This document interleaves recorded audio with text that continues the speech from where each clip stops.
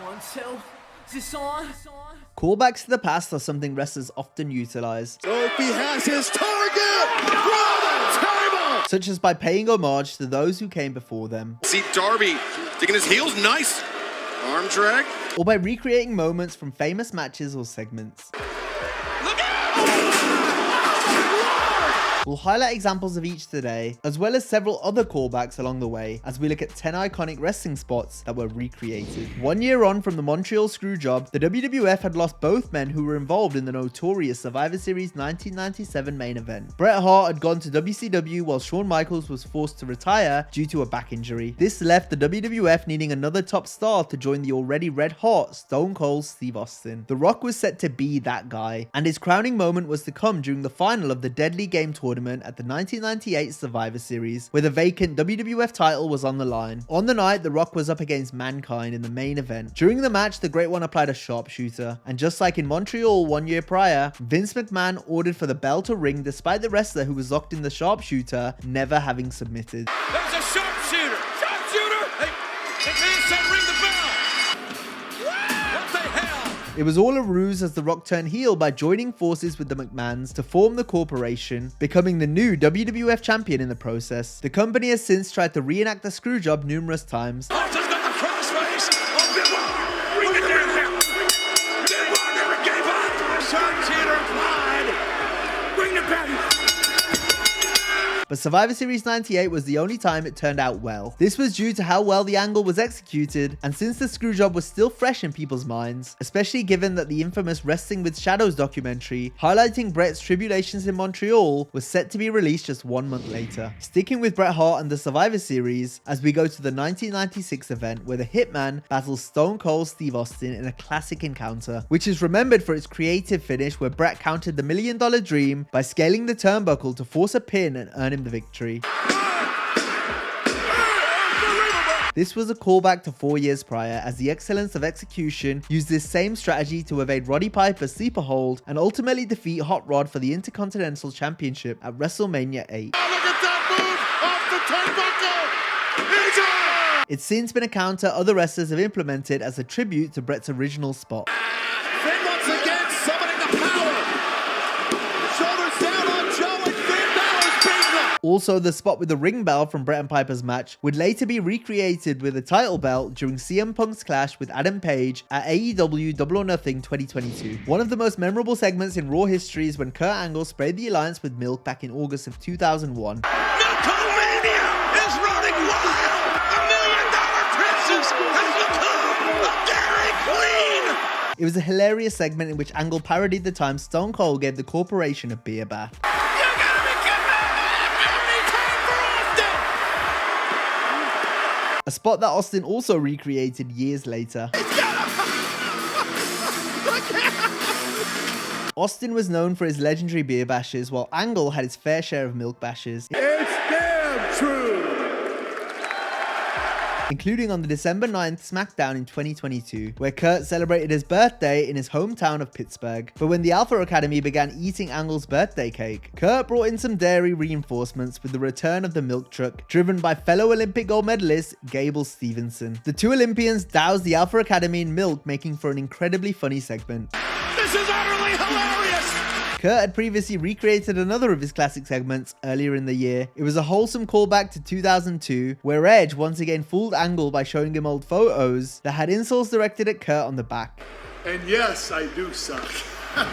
Our next entry also involves Edge, as Rey Mysterio's decision to team with the Rated R Superstar at Clash of the Castle 2022 instead of his son Dominic proved costly, as this was the final straw for Dom turning on his father. Dominic would give Edge a low blow before nearly taking Rey's head off with a clothesline. Their collective side. Oh my God! What the hell? This spot solidified Dominic's heel turn against Rey, just as it had done for Eddie Guerrero on SmackDown in May 2005. Hey! There's no doubt that Eddie Guerrero has nothing but disdain for Rey Mysterio. It was a fitting tribute, especially since Dom was already known for recreating some of Eddie's famous spots. Dominik began his heel run sporting a haircut similar to Guerrero's back when Eddie first turned heel in WCW during the late 90s. Being a heel allowed Eddie to find himself as a character, and the same can be said for Dominik, as his character work dramatically improved after joining the Judgment Day and beginning his feud with Rey. Know who sucks? A father who lays his hands on his own son! Mysterio and Guerrero are known for their iconic match at Halloween Havoc 1997. They also previously fought each other at WrestleMania 21 in Los Angeles, California, much like Rey and Dominik ended up doing in 2023. There we saw numerous references to Rey and Eddie's past, such as Dominik's Latino Heat and Halloween Havoc 97 inspired attire, while Rey entered via a lowrider with the famous Lie, Cheat and Steal theme playing in the background. Viva la raza!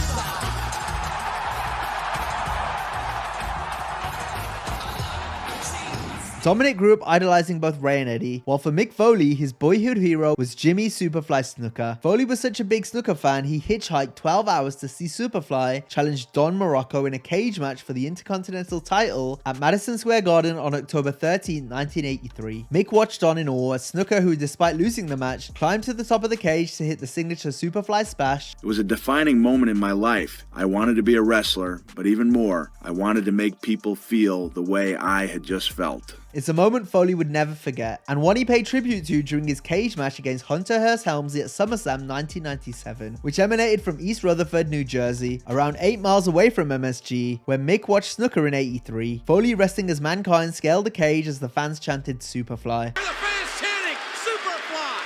Superfly! What you doing? Foley called it the greatest moment of his career up until that point, so much so that he would actually do it again in a match against The Rock and Ken Shamrock. He thinks he's Jimmy Snuka! He thinks he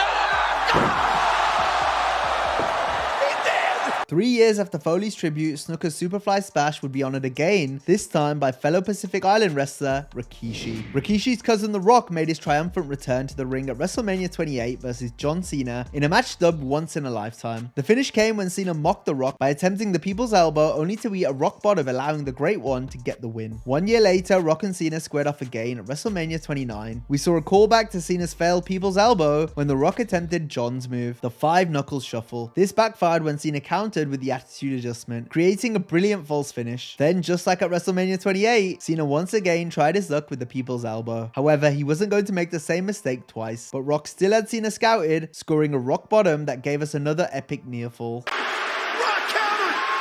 The Rock has him! The Rock's got him! He's done it twice! The Rock's most synonymous WrestleMania opponent, however, was Stone Cold Steve Austin. Their legendary clash at WrestleMania 17 was a dramatic send-off to the Attitude Era. During the match, The Rock put Austin in the sharpshooter. A bloody rattlesnake battled and crawled to try and break the hold. It was a scene reminiscent of Austin's WrestleMania 13 match with Bret Hart 4 years earlier. On both occasions, Steve fought to survive, sporting a crimson mask with blood dripping down his face. Unlike in the match with Bret at Mania 17, Austin managed to escape the sharpshooter by forcing a rope break. Nevertheless, it was a fantastic callback to an iconic moment. The Rock would also apply the sharpshooter when he and Stone Cold went one more round at WrestleMania 19. Another of wrestling's most iconic moments occurred when Seth Rollins turned on the Shield on Raw in June 2014. He did this by first hitting Roman Reigns in the back with a steel chair, an act that shocked fans.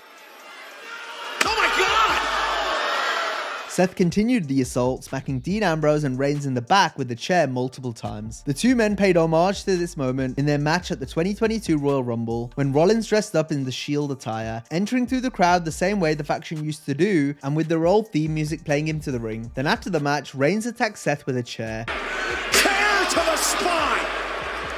mirroring the original chair shot Roman received at the hands of Seth, as well as the subsequent beating that saw the steel chair break in two. 1 year later at the 2023 Royal Rumble, Rollins' chair shot to turn on Reigns and the Shield was recreated again, with Roman now back on the receiving end, this time at the hands of the honorary use, Sami Zayn. Zayn had spent months trying to be accepted by Reigns in the Bloodline faction, but Sami had no choice but to turn on the group after Roman tried to get Zayn to injure his former best friend, Kevin Owens. It was an all-time segment that was enhanced by the direct callback to Reigns being turned on by Seth Rollins.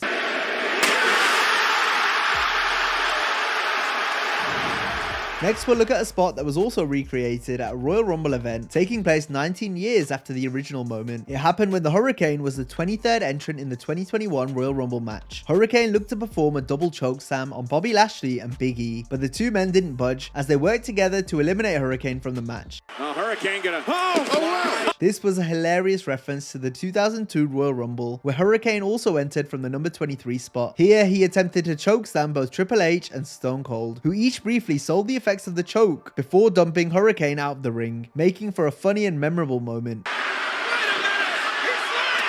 Our last example involves one of the most famous spots in Monday Night Raw history. It took place on May 2nd, 2005, when Shelton Benjamin wrestled Shawn Michaels in a stellar match that ended with Shelton going for a springboard, only to be met with a sweet chin music instead.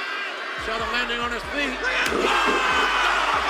Michaels and Benjamin worked again on the January 23rd Raw from 2006, and just like before, Shelton springboarded off the ropes. The crowd rose expecting a repeat of HBK and Shelton's last encounter. However, Benjamin smartly avoided the superkick. Their original springboard superkick spot was reimagined at WrestleMania 39 in Logan Paul and Seth Rollins match. At the end of the bout, Logan jumped from atop the ropes toward Rollins. Seth then spectacularly countered by nailing Paul with a superkick. East Coast to the West.